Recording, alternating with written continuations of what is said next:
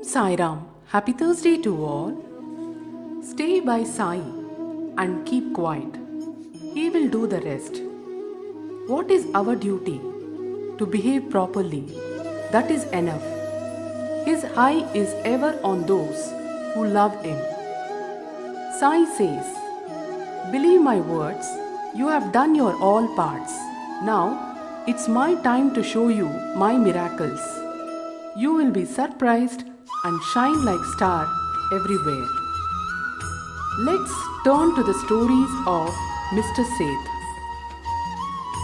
There was a gentleman named Mr. Seth who had attained some publicity many years ago. He suffered severe losses in trade. Other adverse circumstances gave him much trouble and made him sad and dejected. Being restless, he thought of leaving home and going out to a distant place. Man does not generally think of God, but when difficulties and calamities overtake him, he turns to Him and prays for relief. If his demerits come to an end, God arranges his meeting with a saint who gives him proper direction regarding his welfare. Mr. Seth had similar experiences. His friends advised him to go to Shirdi, where so many people were flocking to get Sai Baba's darshan for getting peace of mind and the satisfaction of their wants. He liked the idea and at once came to Shirdi. Seeing Baba's form, which was like eternal Brahma, self-luminous, his mind lost its restlessness and became calm and composed.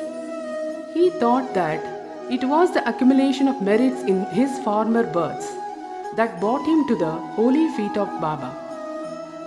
He was a man of strong will. He at once started to make a parayan of Guru Charita. When the reading was finished in the 7 days, Baba gave him a vision that night. It was to this effect: Baba, with Guru Charita in his hand, was explaining its content to Mr. Seth, who was sitting in front and listening carefully. When he woke up, he remembered the dream and felt very happy. Next day, he informed Kaka Sahib Dikshit of this vision and requested him to consult Baba regarding its meaning. Dikshit, when got a suitable opportunity, asked Baba, "Deva, what did you suggest to Mr. Seth by this vision? Whether he should stop or continue the sapta? He is a simple devotee. His desire should be fulfilled." Then Baba replied, "He should make one more sapta of the book.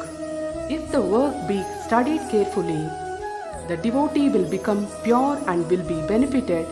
The Lord will be pleased and will rescue him from the bondage of the mundane existence." At this time, Hemad Pant was present there. He was shampooing Baba's leg. When he heard Baba's word, he thought in his mind, "What? Mr. Seth read for a week only and got a reward, and I am reading it for 40 years with no result. His 7 days stay here became fruitful, while my 7 years stay goes for nothing. Like a chatak bird, I am ever waiting for the merciful cloud, Baba, to pour its nectar on me and bless me with his instructions." No sooner did this thought cross his mind, Baba knew it then and there. It was the experience of the Bhaktas that Baba understood all their thoughts and that he suppressed the evil thoughts and encouraged the good ones.